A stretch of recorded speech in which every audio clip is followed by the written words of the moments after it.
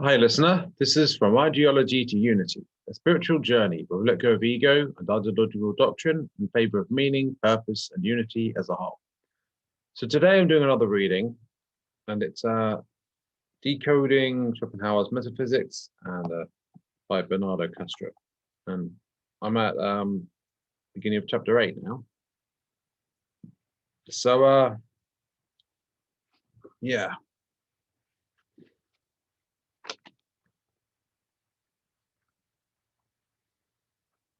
So I've got a quote here from David Abram in The Spell of the Sensuous, 1996. And this is resolving the key seeming contradiction. This chapter is. Communicative meaning is first incarnate in gestures by which the body spontaneously expresses feelings. The gesture is spontaneous and immediate. It is not an arbitrary sign that we are mentally attached to a particular emotion or feeling. Rather, the gesture is a body forth of that emotion into the world. It is that feeling of delight or anguish in its tangible, visible aspect.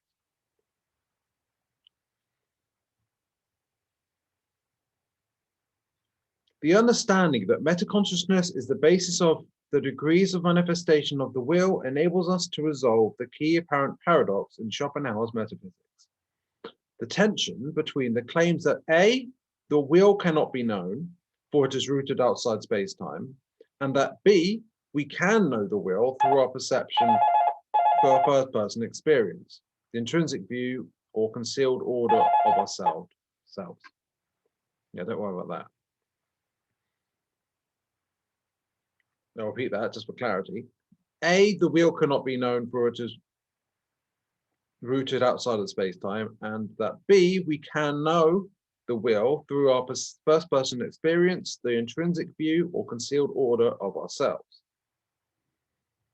The key to realize is that what Schopenhauer means by to know the will is slightly different. It's a slightly different thing in each case. In claim A, the will cannot be known insofar as it cannot fully be represented. We do not know that we know an aspect. Oh, wow, I'm saying it wrong, huh? When we don't know that we know an aspect of the will, we cannot report our knowledge of it even to ourselves. So everything unfolds as if we truly didn't know it. In claim B, on the other hand, the will can be known in the sense that it can be experienced, felt in an immediate manner, even if such an experience is not re-represented. Importantly, Schopenhauer opens the door to a grey area. This will constitutes what is most immediate in a man's consciousness. Well, man's is added into brackets, but there you go. Most immediate in consciousness. But as such, it has not been wholly entered into the form of representation. It makes itself known in an immediate way in which subject and object are not quite clearly distinguished. And I suppose, if you think about it, duality is ultimately an illusion. But it's also the foundation of third density, which we're in. So if you think about it, the density of choice, third density, is by necessity kind of an illusory one.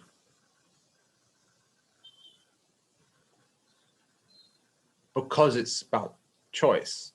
It's not firmly one or the other, it's dual, right? Just an idea. The implication here is that the will can partly enter space-time, for representation unfolds across the individual subject's cognitive spatio-temporal scaffolding. So to partly enter the form of representation implies partly entering space-time, and consequently to be partly re-represented. So if you consider that we are, in a sense, incarnated into flesh suits, bodies, in a sense, we're putting ourselves into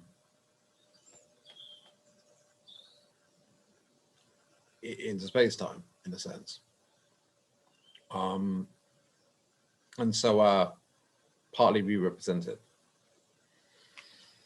But because this re-representation is then itself also only partial, the will can be known only in a manner in which subject and object are not quite distinct. Well, naturally, I mean, it's unified, naturally, isn't it? The associated level of self-reflection isn't zero, but also isn't sufficient to equip the individual subject with a clear sense of self separate from its object. In conclusion, the will can be re-represented just enough for us to get a vague feeling of it through introspection, a hint of its existence and nature. And this is the best we can hope for according to Schopenhauer, the split of the will into two halves of knower and known, which is intrinsic to metaconsciousness even according to Schopenhauer himself, hampers our knowledge of it, insofar as the half that knows cannot then itself be known. Ideally, the will would become explicitly aware of itself without splitting itself into these two halves. But this is, of course, a contradiction in terms. Is it? Is it though? Because isn't that awakening? We'll see what comes up next. Notice that because Schopenhauer defines abstract representations as metacognitive reflections of either lower level abstract representations or perceptual representations, all abstract representations are ultimately grounded in perception. Therefore, the will, which is prior to and independent of perception, cannot be characterized through abstract representations. And something interesting, it reminds me of this sense of, funny enough, when people talk about the sense of self, but also the sense of God being something that you can't truly represent with words directly. That it's more that you can only talk about what it isn't rather than what it is. And that's just an interesting parallel there.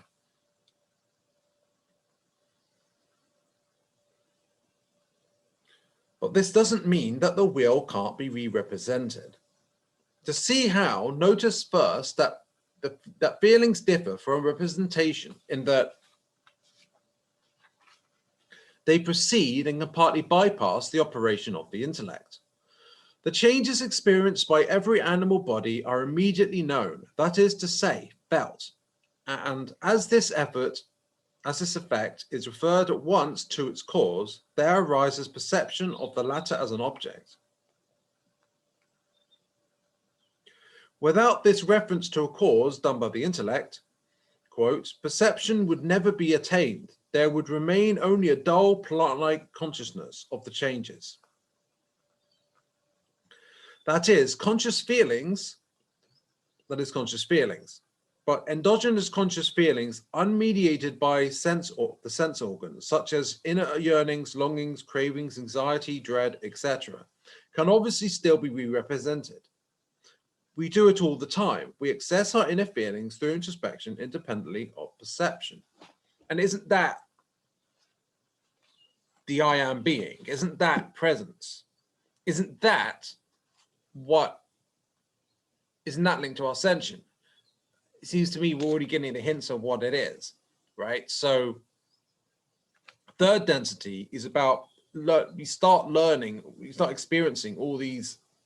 We have its internal identity, we start experiencing all these senses, and we're aware that the idea that we can die and that's meaningful to us. And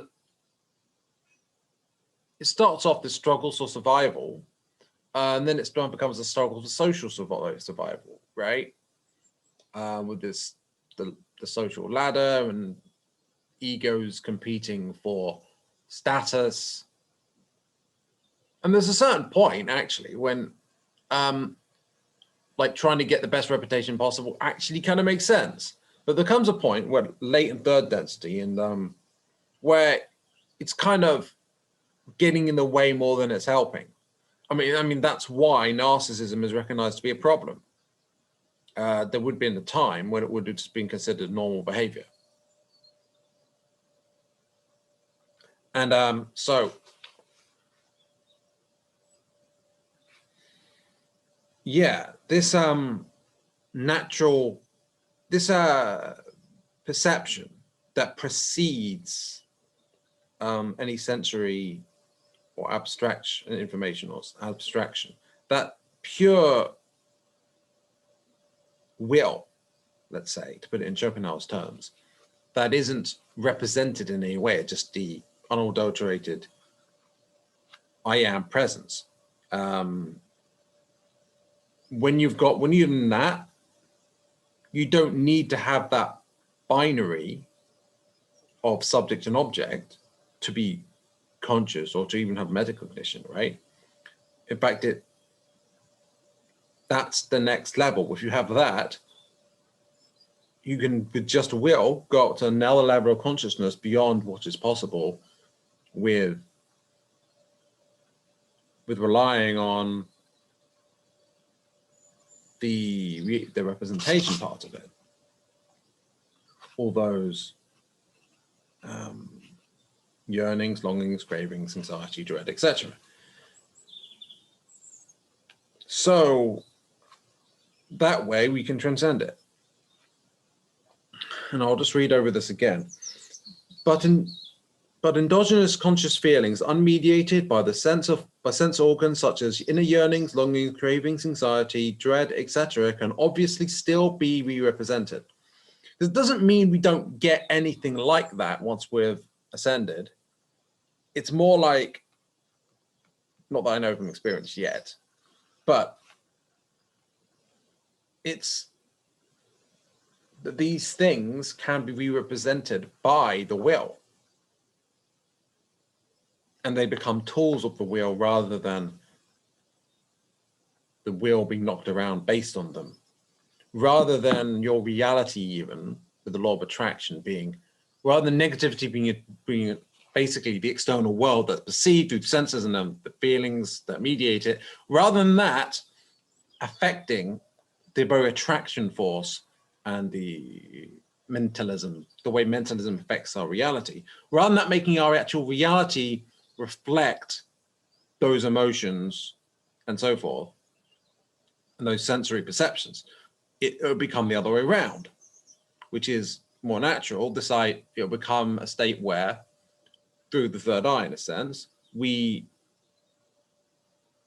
use our will to shape reality with the law of attraction consciously, and where our senses and our emotions become tools that we use, they're like a toolbox that we use.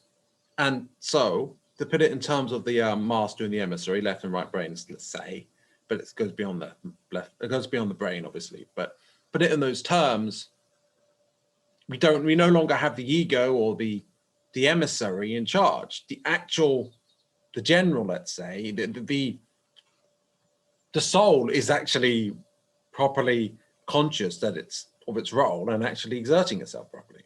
And what happens then is that, well, if the heart's awakened, the heart chakra was awakened and opened up fully, what you get is someone who's fourth density, who's in their I am presence all the time. They're present, they're conscious, they're not dealing with all this anxiety and negative emotion. They're in unconditional love all the time. And they're getting hints, they're getting free, they're getting easy access to suggestions and advice and so forth, guidance from, let's say, the Father, in other words, which is metaphorical for source, essentially, the higher source rather than the source within, right?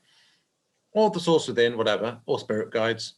And there's none of that, these barriers in the way. The mental barriers aren't really there. It's just, it's free and open and fearless. And this is the context, I would say, of what's been talked about here. I would say, yeah. I submit that this is how the immediate affections of the will can be partly re-represented and explicitly known. We feel the will as subtle, endogenous, volitional, experimental states without having clarity regarding whether we know or are these feelings, i.e., without clear distinction between knower and known, subject and object. Schopenhauer says basically as much when he states that we wouldn't be able to understand the character of living beings, quote, if the inner essence of things, i.e. the will, were not otherwise known to us, at least obscurely and in feeling. My contention is summarized in the scheme of figure 1. On the top part of the figure, the cognitive chain between stimuli and abstract representation is shown. Schopenhauer is quite explicit in this regard, so I will elaborate on this merely for the sake of completeness. First, a stimulus impinges on an organism's sense organs, which produces the immediate experience of a feeling. All right, so if you're listening to this, I won't be able to show you, but if you're watching it on YouTube or something, I'll be able to show you the picture. Okay. Oh yeah, you can see there. That's the picture being talked about. So I'll see if I can describe it to anyone who's just listening. Well, so there's external stimuli coming into our senses, right? Then it goes to immediate experience of feelings. But from that, there's 2 arrows to another box. There's perceptual feelings. That's a solid arrow, right, to the intellect. But endogenous feelings is a dotted arrow to the intellect. And that's partly entering space-time, right? Endogenous feelings. And then we've got the intellect. And in there it says 1, projection onto cognitive spatiotemporal scaffolding. That is all the abstractions and stories and identities and all of that stuff. Whereas without the scaffolding, it's just like the I am presence. 2, mapping of cause and effect relationships. 3, initial re-representation, right? Now we've got 2 more arrows coming from intellect to the next box, which is further re-representation. And like before, you've got a solid arrow and a dotted arrow. The solid arrow says perceptual re-representations, and the dotted arrow says knowledge of feelings, but with unclear subject-object distinction. Right, and from the box further re-representation, you get an arrow, a solid arrow called abstract representations, which is a solid arrow going round and back into further re-representation.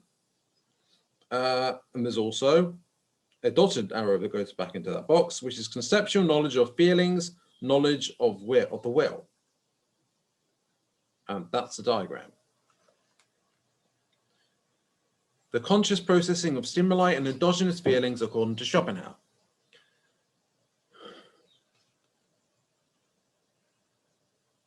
This immediate experience is then at once referred to the intellect, where, as we have seen, 3 processing steps take place. First, the immediate experience is projected onto the organism's internal cognitive spatial-temporal scaffolding. Second, a network of cause and effect relationships is spontaneously mapped onto the projected experiences. No, projected, because there's a lot of projection that goes on by the ego naturally.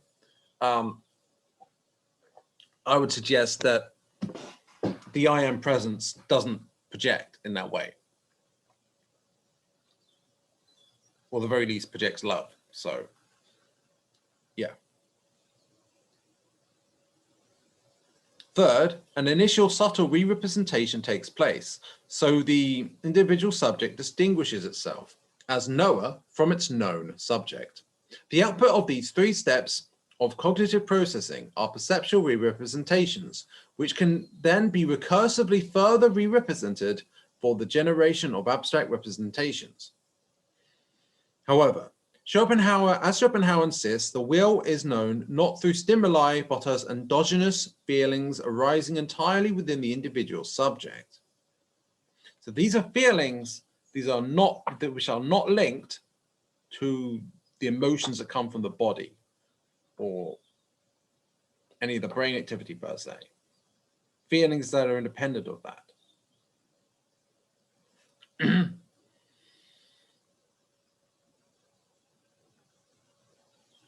Indeed, this is precisely what distinguishes the will from representation.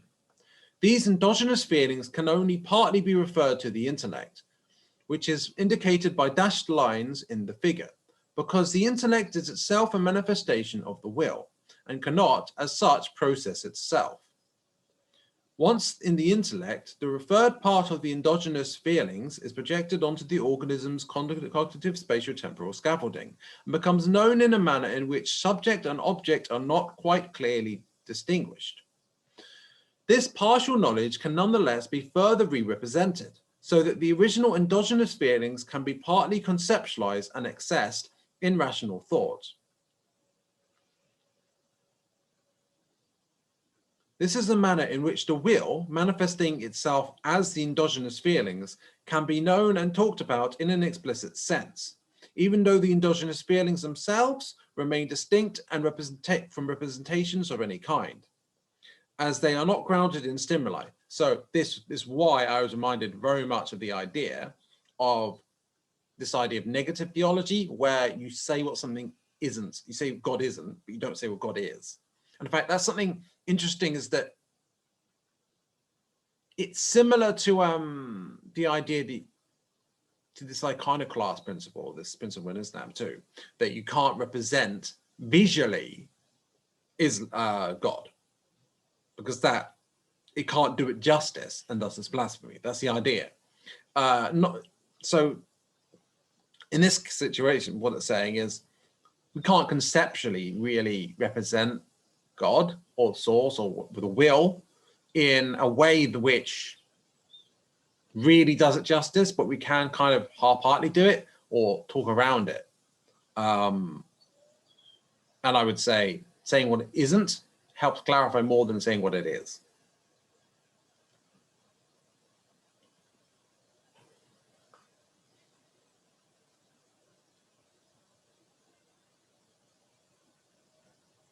I'm not sure where I got to, so, oh, okay. This is the manner in which the will, manifesting itself as the endogenous feelings, can be known and talked about in an explicit sense, even though the endogenous feelings themselves remain always distinct from representations of any kind, as though they are not grounded in stimuli. Indeed, I contend that this is what Schopenhauer means when he writes that the will cannot be known by brackets the individual subject, only can be known by the individual subject only indirectly through reflection, as it were. Such indirect but explicit knowledge does not exclude the earlier direct but implicit knowledge attained from the immediate experience of the endogenous feelings. I mean, that's presence, right? But then there's mindfulness of your presence as well, I suppose. Although Schopenhauer is admittedly less clear about the process illustrated in the bottom part of Figure 1 than that in the top part, I submit that there is enough of his words to allow me to attribute the complete scheme in Figure 1 to Schopenhauer himself.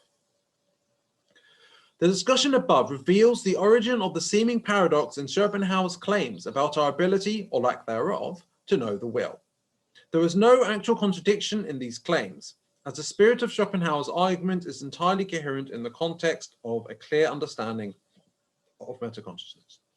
Now, if this is the first episode you're actually watching of these readings of this book, there may well be certain things I haven't explained, or like what the will even is, and stuff.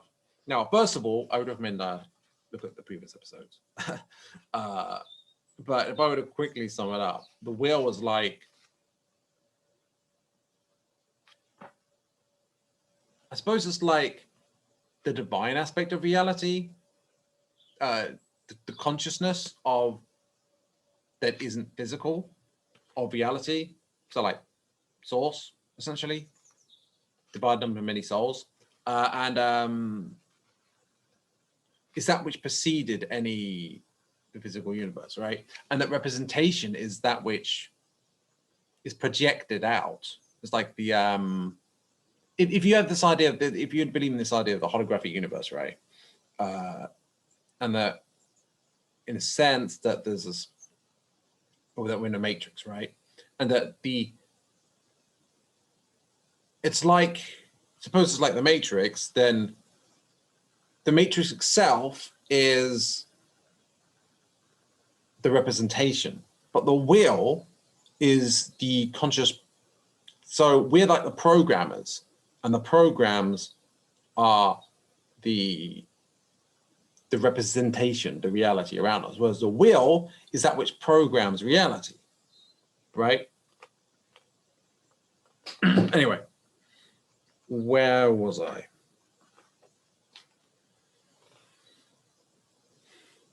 Oh, that's actually the end of the chapter. That was quick. All right. It's not that long a chapter, to be fair. I suppose I might as well just carry on, right?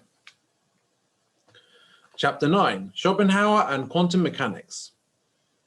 Well, this will be interesting, right? Because as you may know, I've been redoing a reading of new episodes reading Quantum Theory and Free Will by Henry Stapp. And I should be able to talk both at this point, which is cool.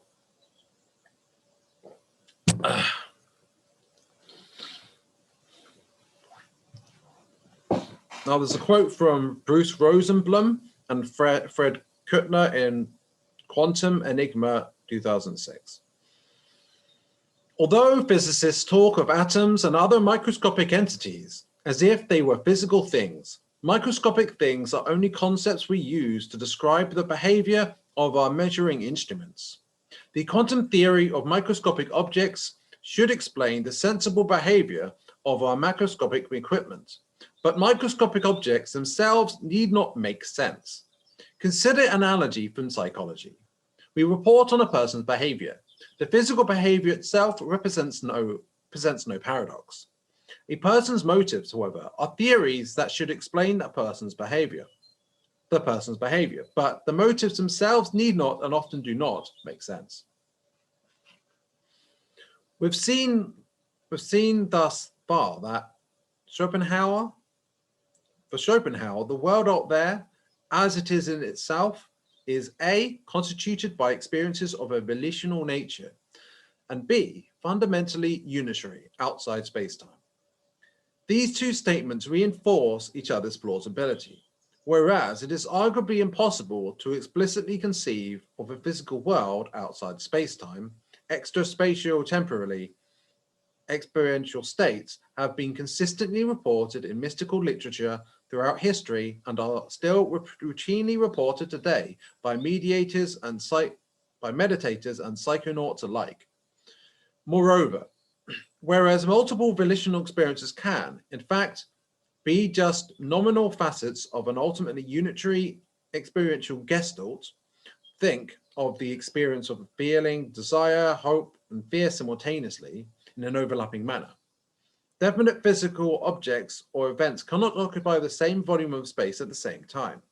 Therefore, Schopenhauer's characterization of the world in itself is internally consistent. In addition, C, what we call the physical world of definite objects exists for Schopenhauer purely in representation and is therefore relative to the individual subject who observes it. Quote, the whole world of objects is wholly and forever conditioned by the subject. This statement, C, coheres with statements A and B above by positing that separate physical objects and events do exist, but only in the mind of the individual observer. Schopenhauer accounts for our empirical experience of the physical world without contradicting statements A and B.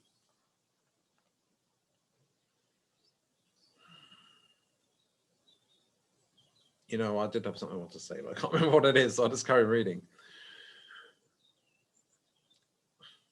But here I want to go beyond acknowledging the internal consistency of Schopenhauer's view in the world. I want to explore whether our modern scientific understanding of nature contradicts or in fact supports Schopenhauer's views. To do so, we must review salient developments in quantum mechanics which is brackets QM, over the past few decades. According to popular intuition, the physical properties of an object should exist and have definite values even when the object is not being observed. Now, of course, this is popular intuition in the current paradigm of late. there may have been times in certain places where that wasn't the popular intuition. For instance, the moon should exist and have whatever weight, shape, size, color, position, and movement it has, even when nobody is looking at it. Moreover, a mere act of observation should not change the values of these properties. Now, obviously, that's an understandable position. In fact, the idea of this sort of idealism, it's called objective idealism. This sort of idea is, I had a lot of resistance to it, a lot of it. So I understand this idea, it's like, but what is even, how can there even be an observer to observe something without there being objectivity that precedes it? And the thing, there is objectivity that precedes it. It's just not physical. The ultimate origin behind it all is the will, not the representation.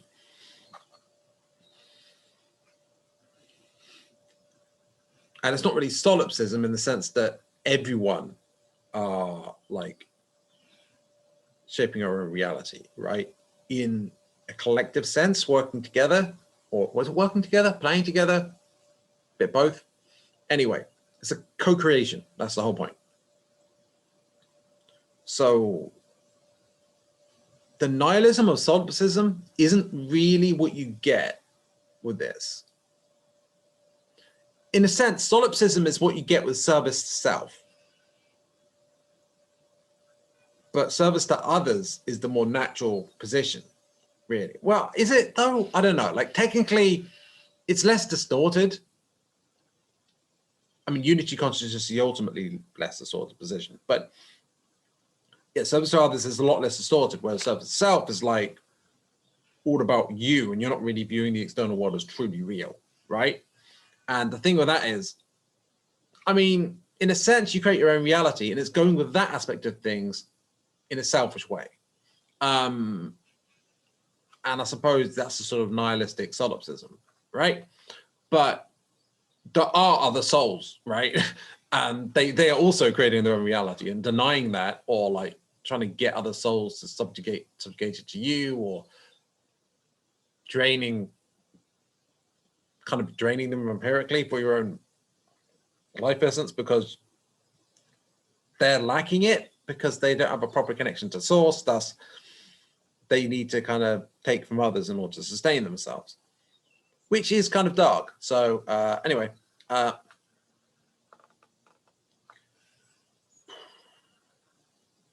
right, that's where we're at, right? So it's like moreover, the mere act of observation should not change the values of these properties. That's the intuition. Operationally, this intuition is formalized in the notion of non-contextuality. The outcome of an observation should not be dependent on the way another separate but simultaneous observation is performed. For instance, consider the situation depicted in Figure 2. When a small light source is placed in a fiber optics cable, shooting different photons A and B towards either end of the cable, what Alice sees when she looks at photon A through instrumentation should not depend on how Bob simultaneously observes photon B. In other words, the observed properties of photon A should not depend on the simultaneously observed properties of photon B. Though we do know that there's a co-creation going on. So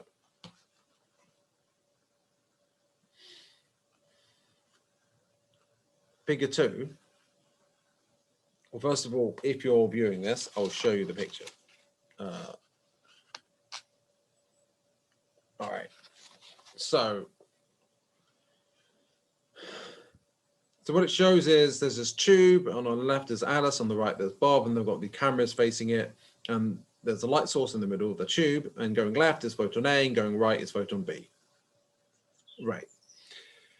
Figure 2. If photons A and B existed as definite and separate objects, what Alice sees when she measures photon A shouldn't depend on how Bob simultaneously measures photon B. However, quantum physics has shown that such is not the case.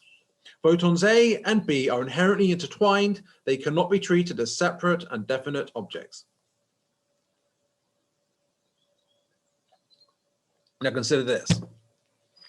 Consider that light as a star, right? Now for each star, light shines out, and everywhere where that light from that star has reached, those photons are all quantum entangled, right? There's this interaction fundamentally going on across space-time that's faster than light. That's instant, pretty much. That's called non-locality, right? It's also a notion known as spooky action at a distance. I think that was Einstein who said that. He didn't like the idea. That's why he called it that. But think about that. So if that light hits us, that means we are entangled in a sense, because everything that interacts is quantum entangled, right? So we are entangled with that photon. And that photon is entangled to that light source, which is entangled with everything, with every other photon from that light source, and everything each and every photon ever touches throughout all of time and space. Everything that light source touches is all connected, right? And that's for every single light source that exists. Oh, and consider this, the Big Bang. It was all, if we go with the idea of the Big Bang, not necessarily going with that for sure, but suppose there's a Big Bang, everything was in one place, bang, it all goes out, everything's quantum entangled, everything, all as one, unified, one whole, one conscious whole, the law of one, right?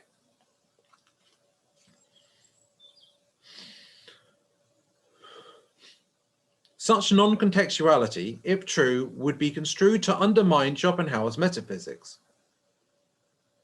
It would substantiate the notion that objects such as photons exist in a definite and individuated state even outside representation. After all, photon A would seem to continue to be whatever it is, regardless of how photon B presents itself to observation. However, according to QM, the outcome of an observation can depend on the way another separate but simultaneous observation is performed.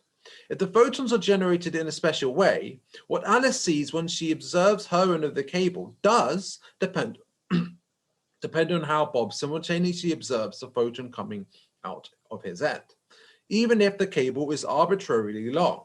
Take a moment to absorb this. So if it was light years long, I mean, even if it's longer on one side than the other, and so one person sees it at a different point in time, Alice sees it before Bob does. Maybe thousands of years before Bob does. What Alice sees affects what Bob sees in the future. Or the other way around, whatever. But what Bob sees in the future affects what Alice sees in the past. Isn't that cool? That's amazing. I love that. I love that.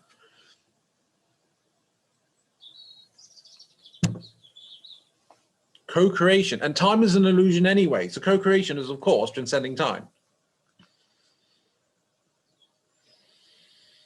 Wait, what was I?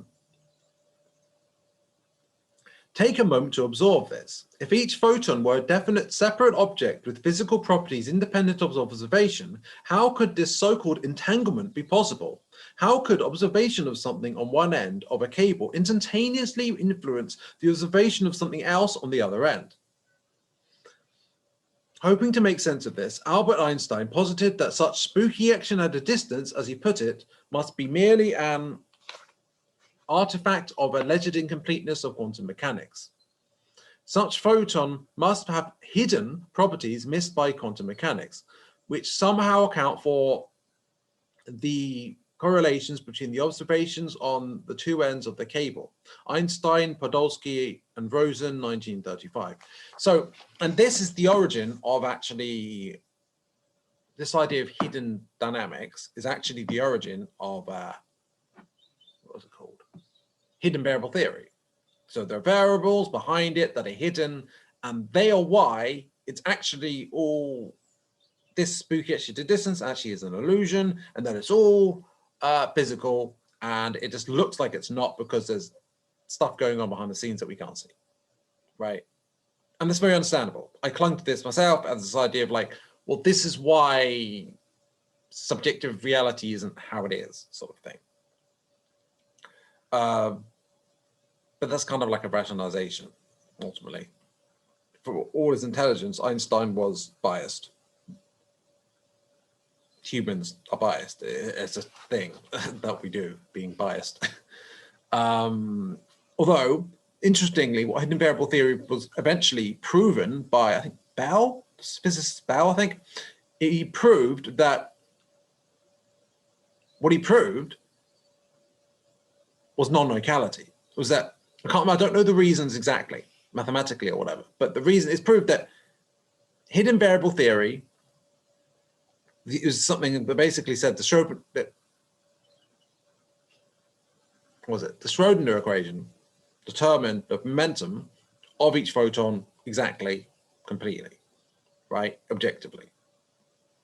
But given that these spooky distance stuff happened, and other things I don't know the details of, basically it was proven that hidden variable theory only works if it's non-local. And it's local, i.e. on a local level, interactions between, let's say, photons in the same place. And in other places, if photons in the same place, they interact, and there's hidden variables affecting how it happens locally in each place in this Newtonian sort of sense. Like there's objective laws of reality, and these laws just play out called the laws of physics, the Cosmological equation being like that, and how happening locally. Doesn't work because fundamentally there's a non-local aspect of things. I mean, even the idea of the Schrodinger equation applying across space-time all at the same time independently should give you a hint that it's kind of non-local, that there's something going on beyond any particular location, right? And so that's why Bohmian mechanics comes from. And actually, Bohmian mechanics does actually give some insights into reality. One of the biggest being actually the non-locality aspect. But the thing is, every attempt to prove that there is physical reality, every attempt to prove that the spooky distance and stuff like that, and every attempt to prove that it is actually objective reality, completely determining things, and that all this spookiness isn't real, has proven quite the opposite. Every attempt has just added more evidence to the idealist position. So yeah, when you really look at it, when you look at, let's say, the Copenhagen interpretation, especially if realistically interpreted, if you look at multiple universe theory, that's kind of consistent with mysticism anyway, because like multiple timelines are talked about in mysticism. And it's pretty mystical in its own way, right? And then you got like Bohmian mechanics, so there's this non-locality everywhere, and there's hidden variables determining how it plays out. Well, I mean, what is this hidden variables? Schrodinger equation, right? If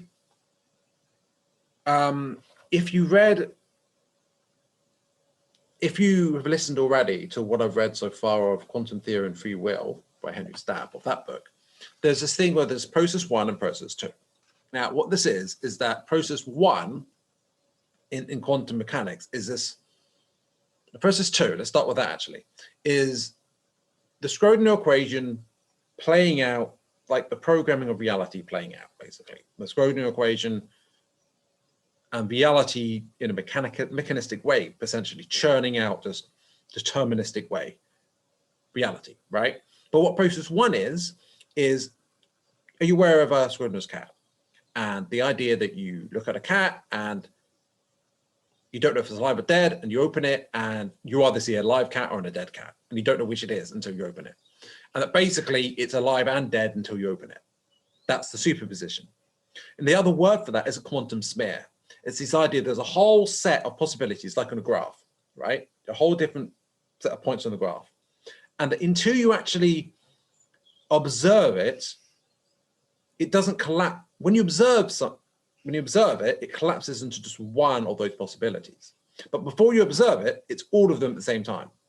It's not just alive or dead, it's all a whole set of possibilities, right? And that's a quantum smear. It's a smear of different possibilities, right? You observe it, it collapses into one. Now, traditionally, Copenhagen interpretation is that you observe it and randomly it becomes one of those. Just cause, I guess. Fuck knows why it's supposed to be random. Even Einstein rightly pointed out, God does not play dice, unless he does, but let's not go into that. I mean, God is limited and boundless, right? So that can include dice, but not, yeah, fuck that, right? So, yes, the alternative is that collapse of possibility of the superposition of that quantum smear into one possibility is affected by consciousness, the conscious state of the observers as well, because if you see that light bulb thing, there's multiple observers and it's the collective interaction of the observation which determines the way the result, essentially, the result that they experience together, even if they're not in the same location in time or space. Co-creation, right? So this process one determines which of these possibilities plays out, right? Now, each of these possibilities simultaneously, independently operates according to a Schrodinger equation, right? But they're different. They're different versions of what could happen. Multi-universe theory, just like, well, each of these happens in a different universe. Great, okay, fine. But Copenhagen interpretation is like, each of them is true until you observe it. But you could just say which you observe is like which universe you're in, whatever, right? But this observation, the idea is that in realistically interpreted quantum okay, to clarify, there's the regular Copenhagen interpretation that says it's random. Realistically interpreted quantum mechanics, orthodox quantum mechanics, Copenhagen interpretation is orthodox, by the way, was considered orthodox, whatever that means, right? So, but Henry Stapp's position is actually realistically interpreted orthodox quantum theory, quantum mechanics. That's what it's called, right? So if you listen to these episodes, there are episodes on that as well, that should help you. But anyway, so that process one determines which it is, and process two just plays it out based on which possibility has been effectively chosen by nature and by consciousness, the conscious observer. And given that all observers are fundamentally connected and fundamentally all source anyway, it's basically nature and the observer in question co-create and co-choose it. So to say, is it nature that chooses it? There's an aspect in which nature chooses, an aspect in which the consciousness chooses it, like the observer. It's both, right? So yeah, process one chooses it, and which possibility it is, and that as it collapses into that, and then that is what plays out according to the Schrodinger equation, which is like the programming, just software just doing its thing. Right, so hopefully I actually clarified it for you and didn't confuse you.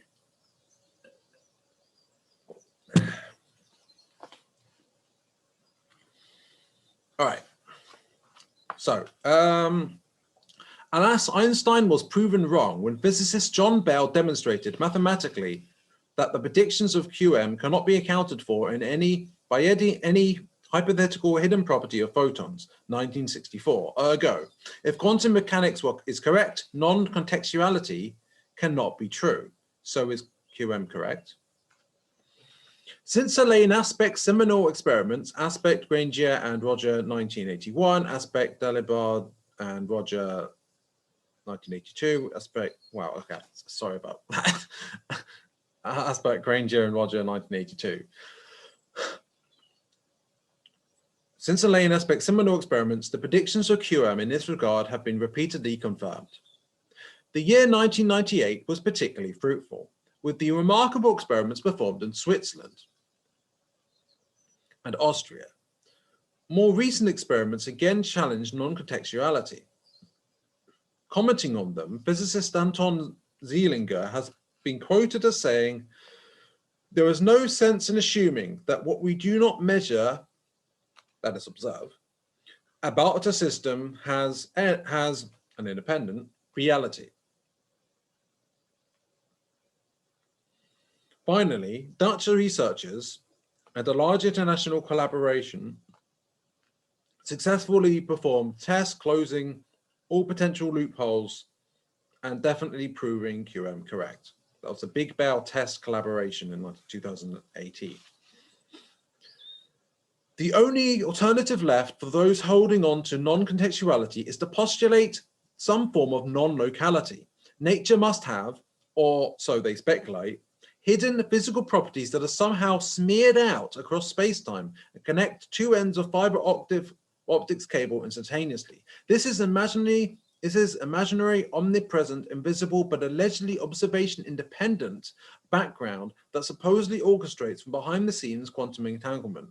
Honestly, to me, that sounds like, it sounds like the typical idea of God, right? The organized religion idea of God. So like what realistically interpreted quantum mechanics tells us is this idea that we are all, it's like pantheist, right? This idea that we all co-create reality as in the little splinters of source, right? Little splinters of God, right? This seems to be suggesting, they're so desperate to maintain just sort of not this deterministic, non-free will, mechanistic order of things, of reality, that they're willing to explain it in a way that's basically like a God that's determining everything mechanistically without allowing any free will. Like some forms of Protestantism are like that, like Lutherans or something. Am I right? I'm not sure. Yeah, like that's what they're willing to go to instead. Why can't they just admit it? Whatever, right? Cognitive dissonance and all that. Yeah, I get it. People have their biases.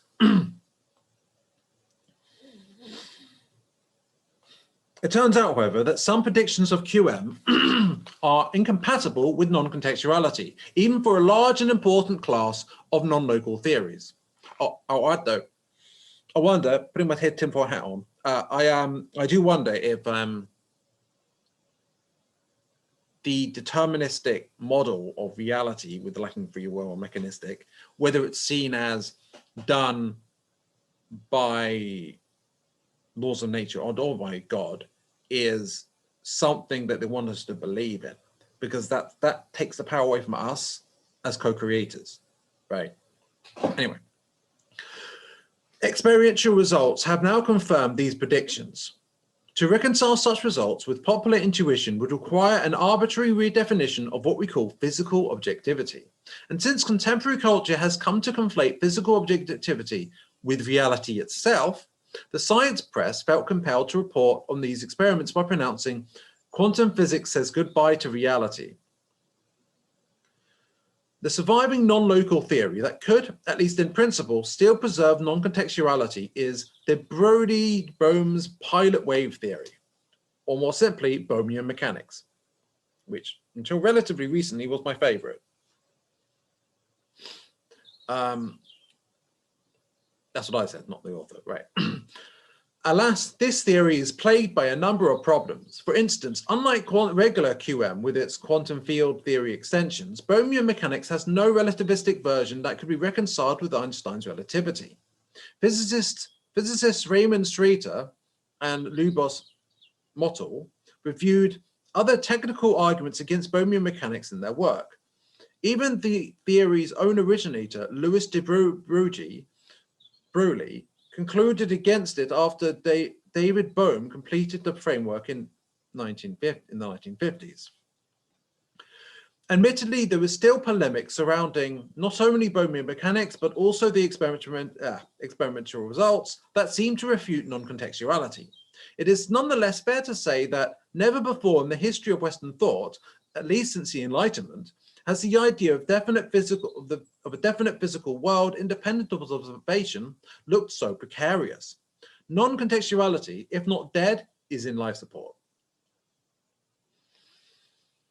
And here are the key implications. As far as Schopenhauer's metaphysics is concerned, without non-contextuality, there are A, no physical objects or events with definite properties and occupying definite positions in space-time, before observation, that is, before observation. Now, that's not to say that there aren't such things, but these such things are dependent upon observation, which fits the will and representation thing. So the whole we're living in a hologram thing. The thing is, a hologram, don't think that the hologram doesn't have a reality of its own. I mean, creation wouldn't have any meaning to it if the creation of what was created wasn't, well, created. So it is a reality. It's just a contingent reality upon source.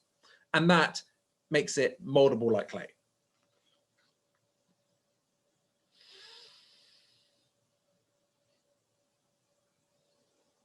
The world as it is in itself, independently of observation, exists instead in a so-called quantum superposition, a state of overlapping potentialities or tendencies, but no concrete physicality in the sense we ordinarily attribute to the word.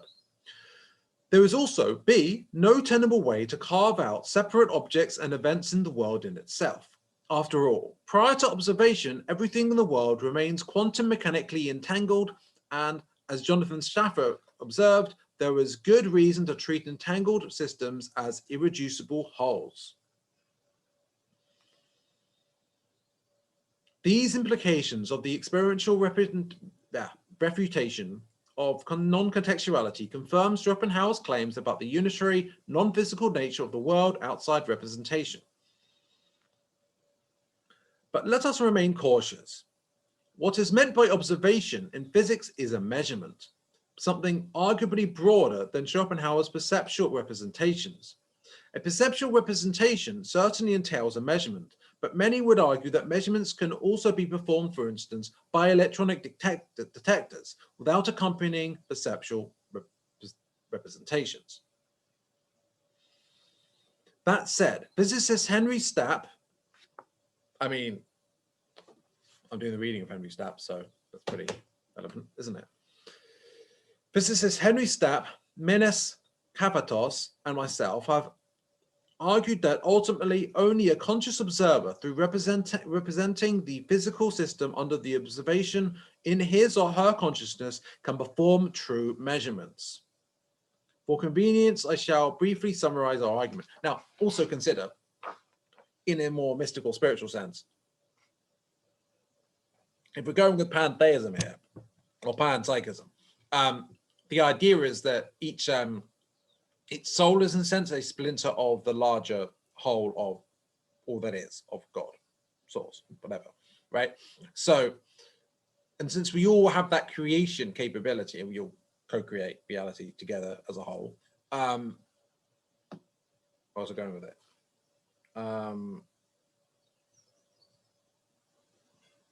Why would the machines doing quote measurements would only be part of the hologram in a sense. So they can't really measure it unless they're being used by the observer, right? Okay.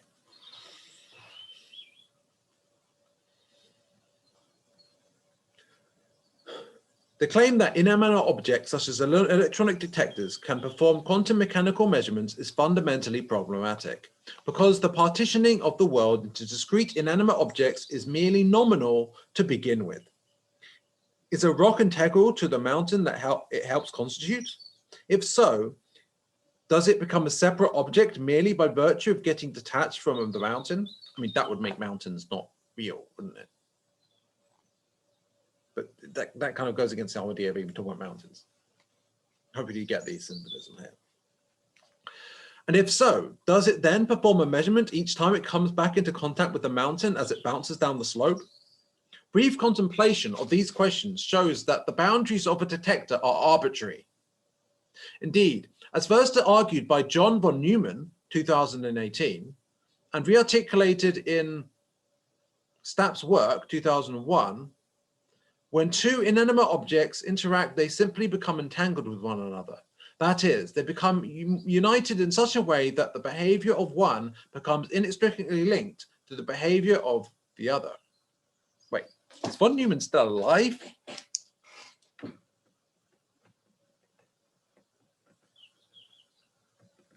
That's interesting. I don't know, but that's 2008. So that's like 2 feet.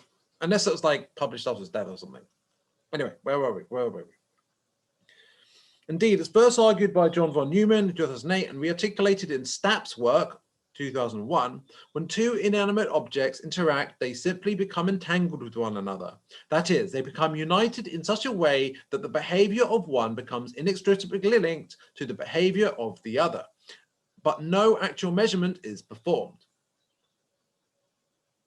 So, observation without measurement, determining reality, kind of solidifies it, right? That it's not about the measurement unless it's observed, which is what it's about, the observation. Let me use a concrete example so to be more specific.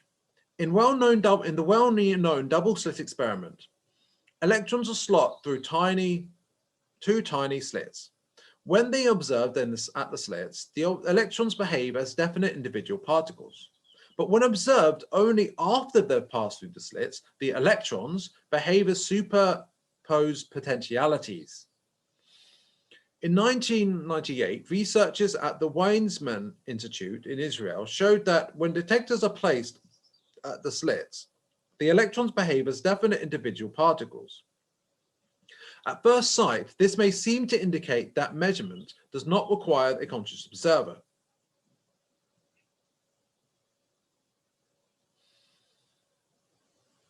However, the output of the detectors only becomes known when it is consciously observed by a person. The hypothesis of a measurement before this conscious observation lacks compelling theoretical or empirical grounding. After all, QM offers no reason why the whole system, electrons, slits, and detectors combined, shouldn't be in an entangled superposition before and until someone looks at the detector's output. I mean, this is why I would add that in quantum experiments, it's been kind of tricky to actually have the test not be different based on the fact it's being observed. Like, even if they set up these different stages to really break it up so that it's they can kind of catch nature off guard and actually observe it without interacting, it's still it's been tricky because it's still kind of been onto their game in a sense. It's weird. It's like it knows that you're watching. I can't give you a solid example, unfortunately, but yeah, there've been it's not a simple matter to observe, to do a measurement in quantum mechanics. You need to have several degrees of indirectness to do it.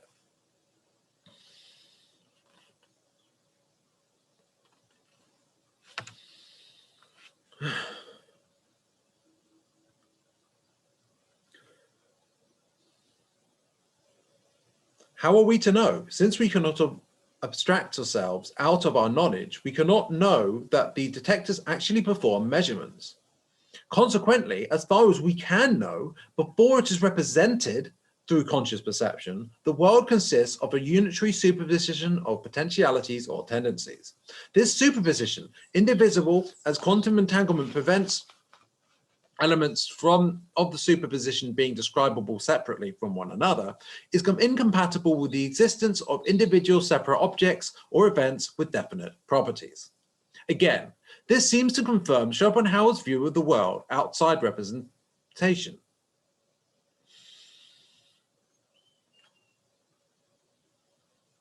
Moreover, insofar as concrete physicality in the sense we ordinarily attribute to the word comes into being only through an act of conscious observation, its existence is tied to perceptual representation and therefore relative to the observing individual subject.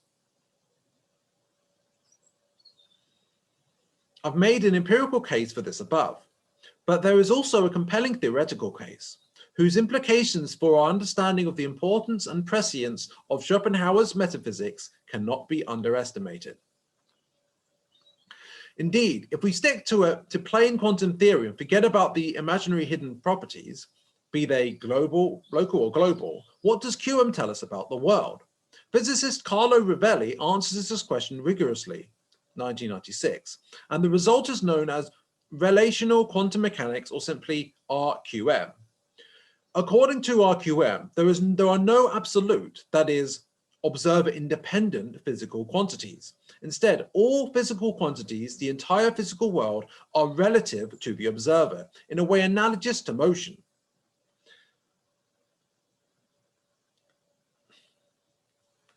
A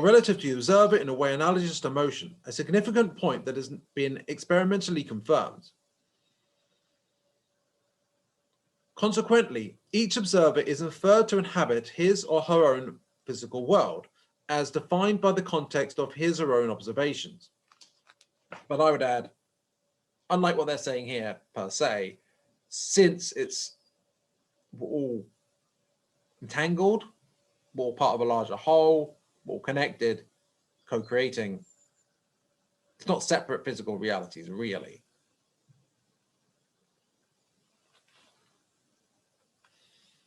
Rovelli summarizes RQM thus: because different observers give different accounts of the same sequence of events, different quantum mechanical description has to be understood as relative to a particular observer. Thus, a quantum mechanical description of a certain system, state, or values of physical quantities cannot be taken as an absolute, observer-independent description of reality, but rather as a formalization or codification of properties of a system relative to a given observer. Okay, so what comes to mind here is the idea of multiple timelines and stuff. Now, and people talk about the Great Awakening, Law of One, sort of stuff like that. Multiple timelines is actually talked about a fair bit. And we can draw upon multiple universe theory a little bit here, which is a quantum interpretation of quantum physics. And we can see it as so different, even though there is a co-creation process where there's this grand interaction, there's still other timelines where and it's like people coagulate or group together based on commonalities in how they observe and co-create reality, but other people might go in a different direction in how they co-create it. Now,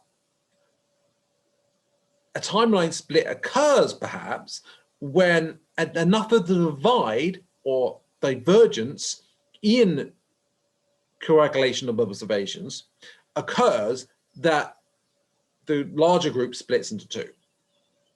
But timelines can merge together again if they start interpreting in such a way where they meet in the middle, or one group moves back into the trajectory of the other one.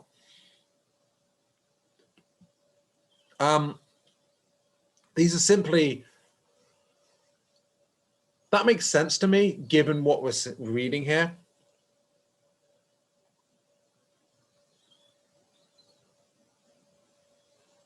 In a sense, it's sort of choice, but not everyone knows that they're making that choice. Anyway, back to the book. This echoes with uncanny precision the complete and universal relativity of the world as representation, claimed by Schopenhauer. It also circumvents the experiential paradoxes posed by the evidence against non-contextuality. If there is no absolute physical world shared by us all to begin with, of course, there are no definite objects out there waiting to be observed. Moreover, The discussion about spooky action at a distance becomes meaningless. The motivation for it was that Bob's actions on his end of the fiber optics cable seemed to instantaneously influence what happens on Alice's end. See figure 2 again. Also keep in mind what I mentioned about if the tube is less distance, even by light years, on one end than the other, it's still each end affects the other across time, forward and back, and based on time. And it's all instant, because it's all one moment. Time is an illusion.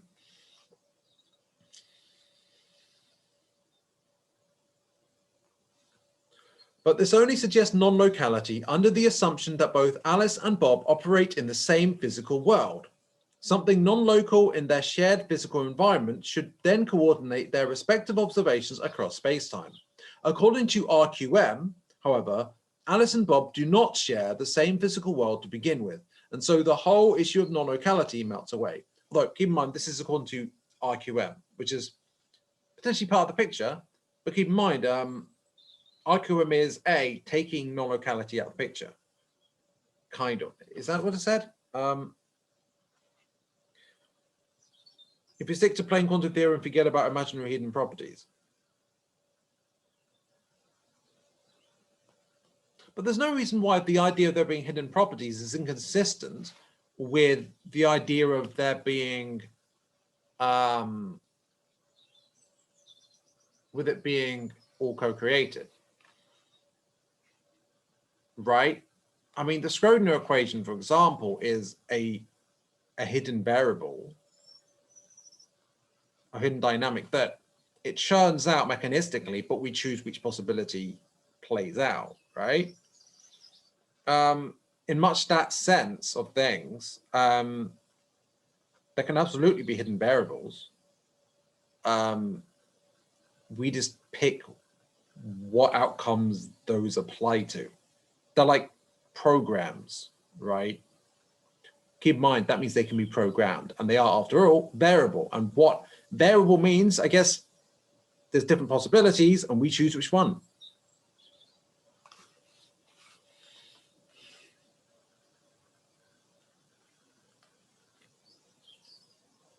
It's not all roses, though. RQM's elegant escape from experiential paradoxes comes at the cost of a number of metaphysical qualms. First, the idea that the physical world one inhabits is a product of one's own observations seems to imply solipsism, an anathema in philosophy. Second, RQM posits that a complete description of the world is exhausted by the relevant information that systems have about each other, which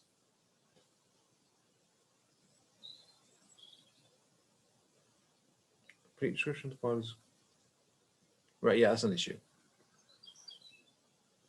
However, according to Claude Shannon, information isn't a thing unto itself. It is merely a way to quantify the possible discernible states of a substrate. So information is part of the representation, because ultimately it's just simply I am presence that isn't mediated, it isn't rationalized, it isn't abstracted, it just is consciousness. Why would information be the I am consciousness? It's not. It's the created, it's not the creator. It's not of the creator. Information's still useful, but it reflects, information reflects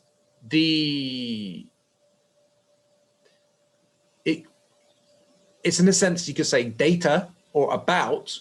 You can get information about the holographic stuff going on, but it's not, that's where it dwells from, right? If that makes sense? Hopefully it makes sense.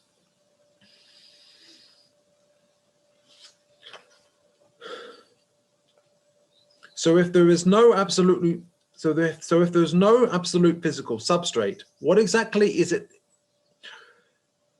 What exactly is it whose possible discernible states are being quantified by information? Third, and perhaps most problematic of all, the RQM tenet that all physical quantities are relative raises an obvious question. Relative to what? We only recognize meaning in a relative quantity, such as, e.g. motion, because we assume there to be an absolute physical bodies that move with respect to one another. But RQM denies all physical absolutes that could ground the meaning of relative quantities. Now, of course, the idea of the will, the consciousness that is non-physical and precedes the physical, which is just a representation anyway, and that's the observer, the soul, the I am presence, universally and as a spark of the overall splinter, that creates lots of observers that are independent of all that and aren't subject to the laws of physics. So yeah, what RQM breaks down, because fundamentally it's trying to be physicalist while at the same time projecting objectivity. So subjective physicalism, it just doesn't work. It's like when you like Derrida, right? It's like post-modernism and like post-structuralism when it's taken to its furthest extent. They're going without a God, without any divinity at all, without this idea of the mental affecting reality without any idea of a creator. They're just saying, oh, it's all in flux, right? It's all just like relative, but relative to what? Relative to everything else that's relative. So there's nothing means anything with that. It's just all oh, it's all relative to relativity and relative and stuff. Like, if relative is relative to relative, which is relative to relative ad nauseum, then essentially, is there really anything at all? And the thing is, without the infinite conscious observer, none of it's even there. It's taking the contingent and treating it as necessary when you can't.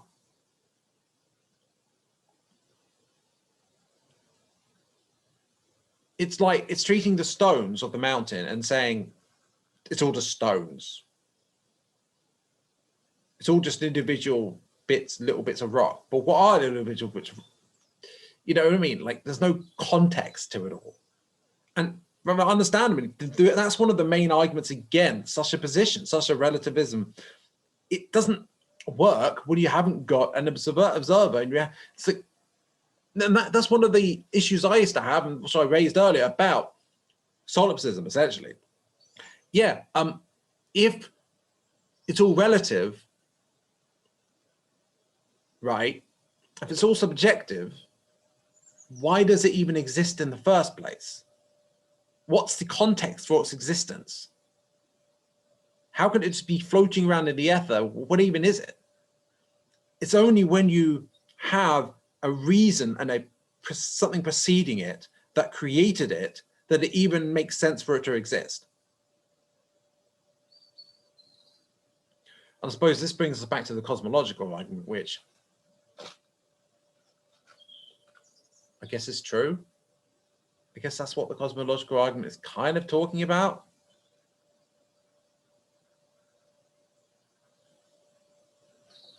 And there's this idea, what was it? The perfect island. It's meant to be a satire of it.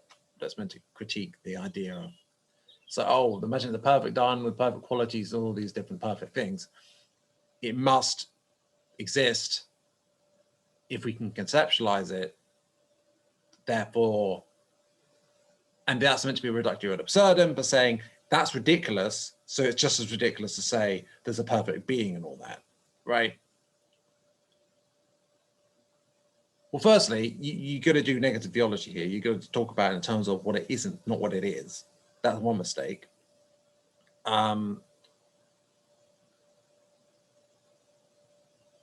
Yeah, so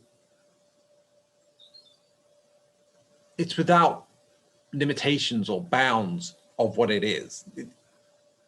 There's no limit to what it is, right? And that's, in that sense, it's perfect. It's beyond perfect. You just say it's unlimited. It's all that is, all that can be, which is Yeah, it's boundless, it's unlimited, right? That is the source of everything, the original cause, right?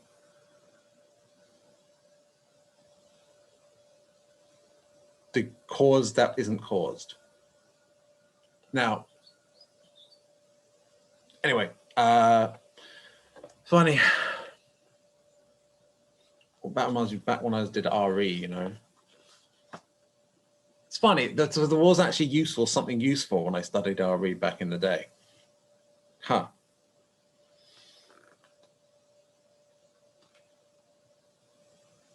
Okay. So I was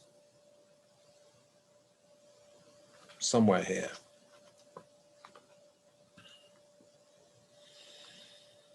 Notice that the root of all these metaphysical qualms is that the unexamined assumption that only physical quantities exist. And it is an assumption. If physical properties arise from personal observation and they are all that is, then solipsism is indeed implied. If physical quantities are grounded in information and they are all there is, then information indeed lacks a substrate. If physical quantities are relative and they are all that there is, then there is indeed no absolutes to ground their meaning. By identifying this hidden yet far-reaching assumption, we can come to a remarkable realization. Schopenhauer already laid the groundwork for resolving the metaphysical qualms of RQM more than 200 years ago. Allow me to elaborate. Stanford physicist Andrea Linde, of cosmic inflation fame, once rendered the epistemic scope of physics painfully explicit. Let us remember that our knowledge of the world begins not with matter, but with perceptions. I know for sure that my pain exists, my green exists, and my sweet exists. Everything else is a theory. Later, we find out that our perceptions obey some laws, which can be most conveniently formulated if we assume that there is some underlying reality beyond our perceptions. This model of material world obeying laws of physics is so successful that we soon forget about a starting point and say that matter is the only reality and perceptions are only helpful for its description. But of course, they're losing sight of where they started and just going with their starting assumption. And that's laid clear there. Hence, because it excludes any absolute observer-independent physical substrate, i.e. the underlying reality beyond our perceptions, or the material world of obeying laws of physics, the physical world of RQM can only be the contents of perception. There is just nothing else for it to be. Take a moment to convince yourself of this counterintuitive but unavoidable implication.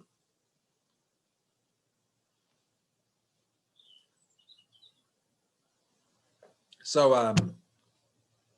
I mean, if it's all just perception, I mean, it's not really much of a stretch from that to just go like, okay, I guess all consciousnesses together create reality, and that the consciousness is what creates the reality. There's something that's it's called Pantheism. You might as well just embrace Pantheism or Panpsychism at that point. It just makes a lot more sense. It's like you've got this complex elaboration of how like the planets and the sun goes around the earth. And you just got these epicycles that go in these odd motions to explain how the planets and the sun moves. And this is getting more and more complicated in order to explain what you're observing. If we just change the assumption to something that actually makes more sense, suddenly it all falls into place in an elegant way. This is why, honestly, I see post-structuralism and post-modernism and this sort of, I guess you could say the solipsism of that, the quantum perspective that doesn't account for infinite consciousness, I suppose you could say. When you've got people with those perspective, they're only a step away from mysticism. And that's not a criticism. that's how they can actually find meaning again and actually awaken, right? Because they're that close to it. That's actually, it shows that by going to the furthest extent that you can go with physicalism, it leads you to mysticism naturally, and it leads you to God, right? That's a step up. Now, you know, some people, they look at all the postmodernism, they might look at identity politics, they might look at that and just feel, oh God, it's awful, it's just awful. They're losing track of reality. They're out behaving all these ways that I don't like, especially conservatives might look at that and then just like face palming, right? But the thing is, there's this, okay, so one of my episodes, I've been talking about going into darkness to light, right? So this idea of, no, the dark night of the soul is actually related to this. So you go into the darkness and it seems like you're cut off from source, like there's no meaning to anything. It's like you're overwhelmed by negative emotions. Now, there's different degrees of that, but the more you're faced with the harsh truth of, not the harsh truth of reality, but the raw reality as it is, but without the right realizations for it to not feel harsh and abrasive to you, the more suffering you get, basically. And it's certain realizations that need to click for it to actually, that suffering to go away, because suffering is ultimately an illusion. It's ultimately from distortion. Anyway, basically, we create all these, I suppose you could say, neurotic complexes and beliefs to shield us from the reality and to shield us from the pain of being distorted and separated from all that is. That ends, of course, when you connect to source, when you awaken, when your heart opens, and the pain comes from being cut off, but you know what I mean, right? So basically, and if you tear off the bandages, it hurts, right? If you stop taking the medicine that makes you not feel the pain, right, it hurts. Now, fundamentally, you're just as wounded beforehand. You're just not consciously aware of it, so it doesn't hurt. It just pushes below the surface. When it comes to the surface, it's like you're losing your head at first, your mind at first. Just like, what the hell's going on? It's all, oh my own God, freaking out. Things get to you a lot more. Now, what are we observing with identity politics? Isn't it kind of similar to the Dark Night of the Soul? Or at least to varying degrees. So in a way, the worst of the identity politics are actually people who are surprised, you might surprise you how close to awakening they actually are. It's the people who haven't broken down their false ideas of reality and are clinging to tradition. Those people, now, it's not to disparage them. Like it's in fact, there's a certain strength to that, I suppose. But in not being exposed to the raw reality of it, that's why they've got that stability, because, or that sense of stability.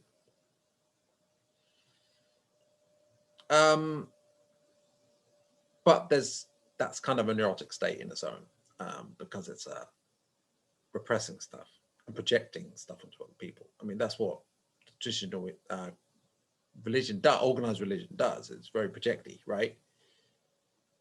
And yeah, projecting, that's something a lot that's done with people who are more secular, but especially in the West, people who are secular still have the sort of philosophical assumptions, a lot of them still rooted in the Christian background and the organized religion background, even if they don't believe in it.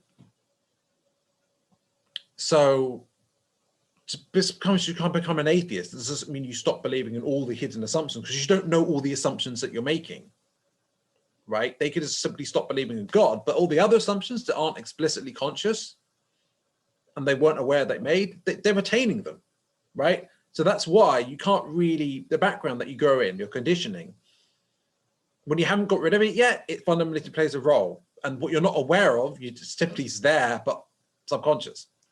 Right, so hopefully I can remember where I'm even going with this.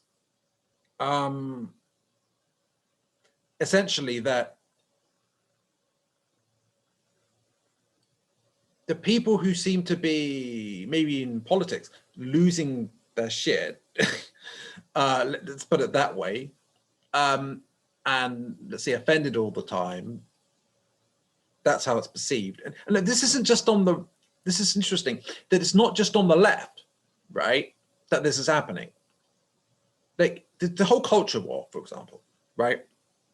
Now, I don't want to go too much into the whole Gamergate thing or whatever, right? But if you've got these people on the left who they're doing identity politics and they're getting worked up through these things that they perceive as like oppressive and stuff, right? Okay. But then they get these people who feel threatened by all that, and they feel that their gamers, let's say, their pastime is being threatened, that they're being treated like they're bad people just because of things that are just innocuous or whatever, right? And they feel threatened and they start to freak out. And then the people are all freaking out, but just have different interpretations of reality, freaking out at each other, giving all each other all this catalyst and karma as well, and just negative karma, and just sort of lashing out at each other. And that's what we're seeing in the world. But there's certainly a lot of catalyst in that. And what's catalyst? Opportunity to grow, gain experience, and ultimately awaken. It means it's going to be a bit painful and unpleasant. That's the dark night of the soul, which doesn't happen all at once. It happens at bursts. There's varying degrees of it, but that's what essentially what the dark night of the soul is. Now, the nihilist breakdown that you get without a God and without the objectivity, and without a God, you increasingly get more relativism and solipsism anyway, I guess, whether consciously aware of it or not. And that nihilist or solipsist breakdown is, in a sense, the lead up to awakening. Perhaps those who are furthest away from awakening are those who are solidly believing in organized religion, especially Abrahamic ones, especially Christianity and Islam. Those who are aware of mystical aspects of things, like Jewish people who are aware of the Kabbalah, they actually have an opportunity through that to awaken, right? Now, keep in mind, obviously, there's subjectivity to what I'm saying, so I might be wrong about things. I don't want to sound like I'm telling people, like, you know, I don't want to be obnoxious.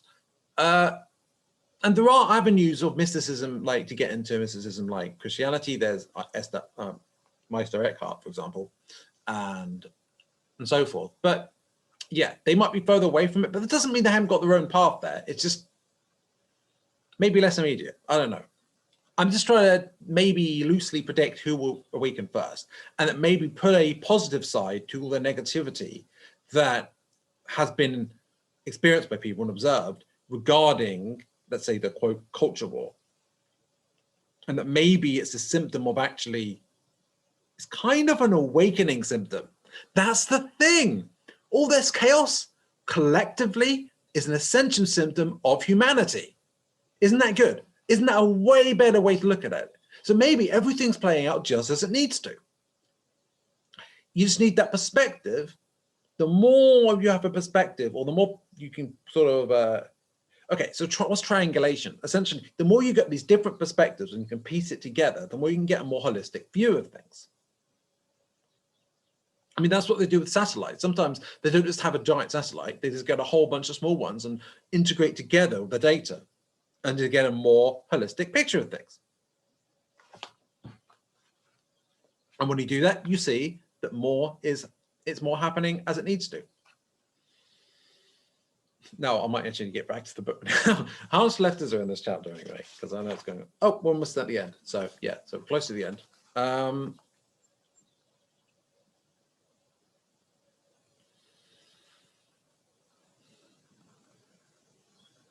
Where was I? Right.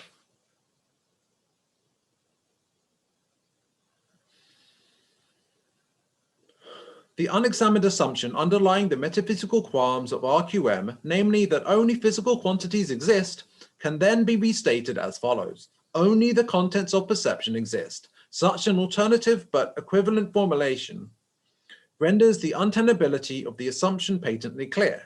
Next to the contents of perception, there are, of course, also non-perceptual experiential states, such as volition. In Schopenhauer's terminology, next to representation, there is also the will, otherwise known, according to Henry P. Stapp, as process one. And not just that, it was also to, who's the guy who said that? Von Neumann. Yeah. Many physicists posit that volitional states should be explainable in terms of physical quantities, as such become part of the physical world by reduction. Well, that's reduction, keep that in mind. But this too is a metaphysical assumption that does not change the scientific fact that quantum mechanics does not predict volitional states. It only predicts the unfolding of perception, even when what is predicted and later perceived is the output of instrumentation. Now keep in mind, of course, that what happens in the brain, a lot of what we perceive is like a few steps behind the brain wave of it or whatever, right? When you see the sign of it in the brain, our awareness is actually after that. Now, I imagine, of course, what's before that may well be the will. I guess. Hopefully that's something useful.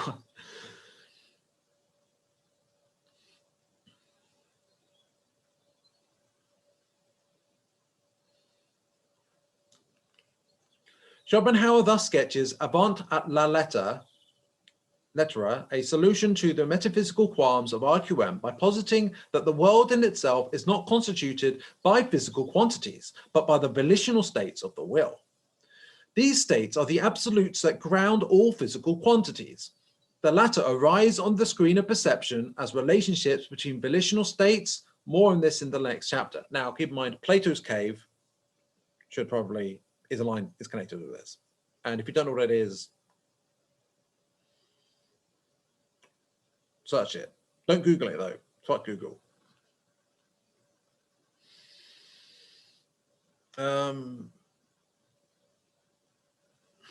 This will also provides a substrate for what we call information. The concept, which is so fundamental to RQM, reflects but possible discernible states of the will.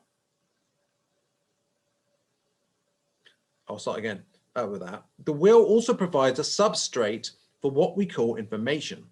The concept, which is so fundamental to RQM, reflects but possible discernible states of the will. Finally, a universal will in which we, as individual subjects, are all immersed avoids solipsism, even though each individual observer has his or her own physical world. In a nutshell, the will is the missing metaphysical ground required by RQM. It fits the latter like a glove. Also, what Schopenhauer called the will, my perception of it, I would say that that's something that Meister Eckhart called the ground. And it says, in a nutshell, the will is a missing metaphysical ground acquired by RQM. It fits the latter like a glove. Schopenhauer's metaphysics, almost 100 years before the advent of QM, had already laid the groundwork for the resolution of quantum paradoxes. As a matter of fact, these paradoxes would never have arisen if we, as a culture, had heeded Schopenhauer's metaphysics and allowed it to shape our intuitions. Well, that's pretty fascinating. I think those two chapters, we put the nail in the coffin, haven't we? Yeah. And we're not even at the end yet. We're just almost halfway through this book. And of course, we've got the Quantum Theory and Free Will as well. So together with these two books, I think I'm really enjoying this, and I hope you are too. And if not, well, I mean, don't torture yourself.